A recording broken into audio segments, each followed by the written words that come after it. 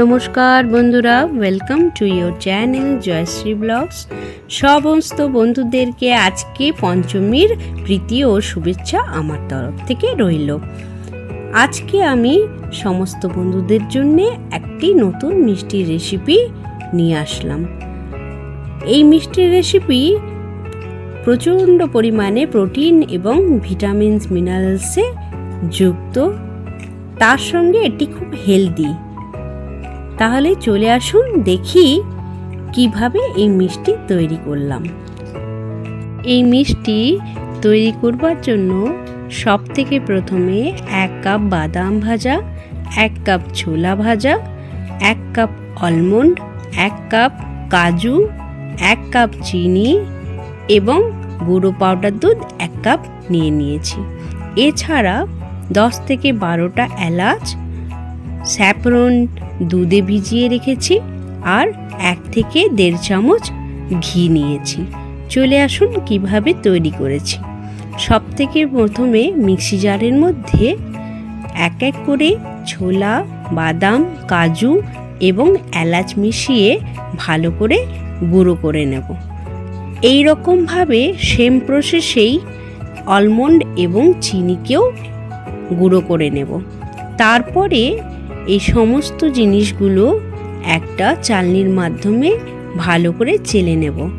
চেলে নেওয়ার একটাই কারণ, যাতে এই গুঁড়োর মধ্যে কোনো রকম গোটা কিংবা বড় দানা না থাকে। তারপরে আমরা চলে আসি নেক্সট প্রসেসে। এরই মধ্যে দর্শক বন্ধুদের একটা কথা জানিয়ে রাখি যে আমরা বাচ্চাদেরকে বাইরের মিষ্টি কিংবা চকলেট দিই না। কেন না, এটা শরীরের জন্য উপকারী নয়। কিন্তু বাড়িতে যদি এই রকম মিষ্টি বানিয়ে রেখে আপনি বাচ্চাদের, বয়স্কদের দেন, সেটা শরীরের জন্য অত্যন্তই উপকারী এবং কোনো রকম ক্ষতি করবে না। আরও একটা কথা, যদি কারোর সুগার আছে অর্থাৎ ডায়াবেটিস, তারা কিন্তু উইদাউট চিনি ছাড়া এই মিষ্টি তৈরি করতে পারেন বাড়িতে। খুব সহজেই এই মিষ্টি তৈরি করা যায় আর খেতে তো দুর্দান্ত। যদি বাড়িতে বানিয়ে এই মিষ্টি খান, তাহলে খেয়ে কেমন লেগেছে সেটা আমাকে আমার কমেন্ট বক্সে অবশ্যই জানাবেন। তাহলে চলে আসি এবার নেক্সট পদ্ধতিতে।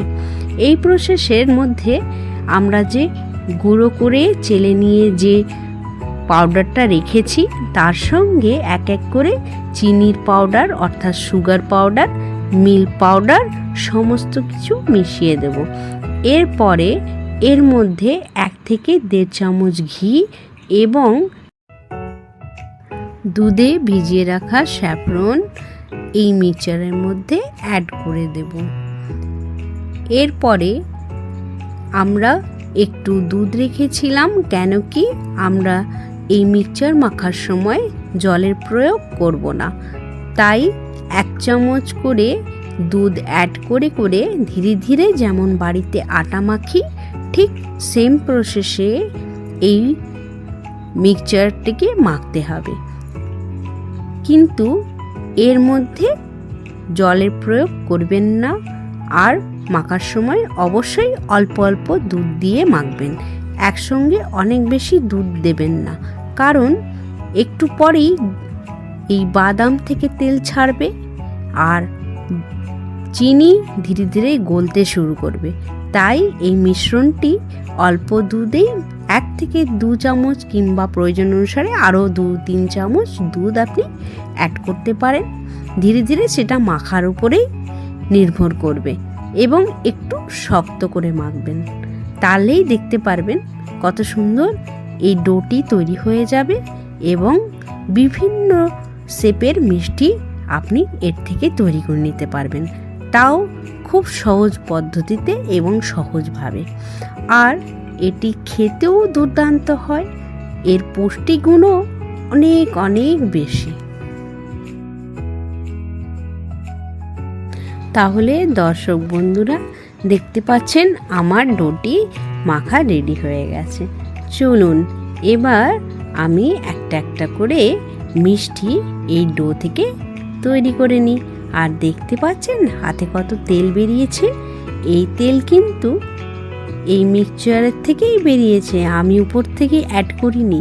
আমি শুধু টেস্টের জন্য 1 থেকে 1.5 চামচ ঘি দিয়েছিলাম, কিন্তু তারপরে কত তেল বেরিয়েছে। এটা বাদামের তেল, ঠিক। আর এই মিষ্টি আপনি তৈরি করে 1.5-2 মাস আপনি কন্টেনারের মধ্যে রেখে দিন, কোনো নষ্ট হবে না। আর এর পৌষ্টিক গুণ এত ভালো যে সব রকম প্রোটিন, ভিটামিনস আপনি এখান থেকে পেয়ে যেতে পারবেন। আর বাচ্চাদেরকে ডেলি 1-2টো দিতেই পারেন অনায়াসে, তাতে কোনো প্রবলেম নেই। আমার মনে হয় আজকের দিনে বাইরের মিষ্টি খাওয়ার থেকে নিজের বাড়িতেই বানিয়ে যদি এই ধরনের মিষ্টি খাওয়া যায় তাহলে এটা স্বাস্থ্যকরও বটে, আর তার সঙ্গে টেস্টি এবং ডিলিশিয়াসও হয়। আরও একটা কথা, আজকে দিনে যেহেতু এখন পুজোর মরশুম চলছে, তাই বাড়িতে অনেক অতিথি আপ্যায়ন হতেই থাকে। আর এই ধরনের একটা সুন্দর টেস্টি ডিলিশিয়াস মিষ্টি বানিয়ে রাখলে অতিথিদেরও আপ্যায়ন করতে আপনাদের সুবিধে হবে। তাহলে আজ এতই দূর, টাটা। আর দর্শক বন্ধুরা, লাইক অ্যান্ড সাবস্ক্রাইব অবশ্যই করবেন।